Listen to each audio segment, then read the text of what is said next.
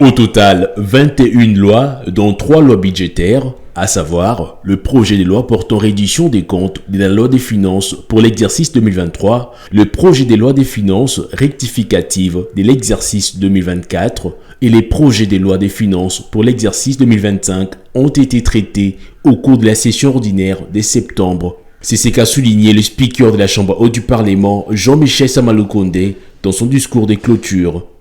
Le numéro 1 du Sénat a salué le travail abattu par la Chambre de sages durant cette session essentiellement budgétaire.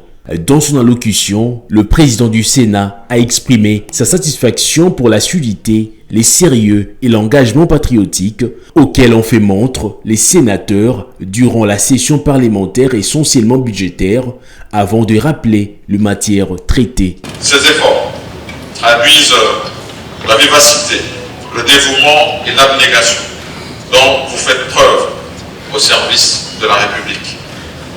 À cet égard, permettez-moi d'épingler les éléments suivants. Au chapitre législatif, outre le bloc des lois budgétaires, à savoir le projet de loi portant reddition des comptes de la loi de finances pour l'exercice 2023, le projet de loi de finances rectificative de l'exercice 2024 et le projet de loi de finances pour l'exercice 2025. Quant au projet de loi des finances pour l'exercice 2025, il enregistre une progression de 25,8% par rapport à celui de l'exercice 2024. Au vu des écarts observés entre les indicateurs macroéconomiques et les réalités sociales, le Sénat fait quelques recommandations au gouvernement. Il convient de noter ici, concernant particulièrement le projet de loi de finances pour l'exercice 2025, le budget du pouvoir central est présenté en équilibre en recettes et en dépenses à hauteur de 51 553,54 milliards de francs congolais. Il convient cependant de relever une dichotomie préoccupante.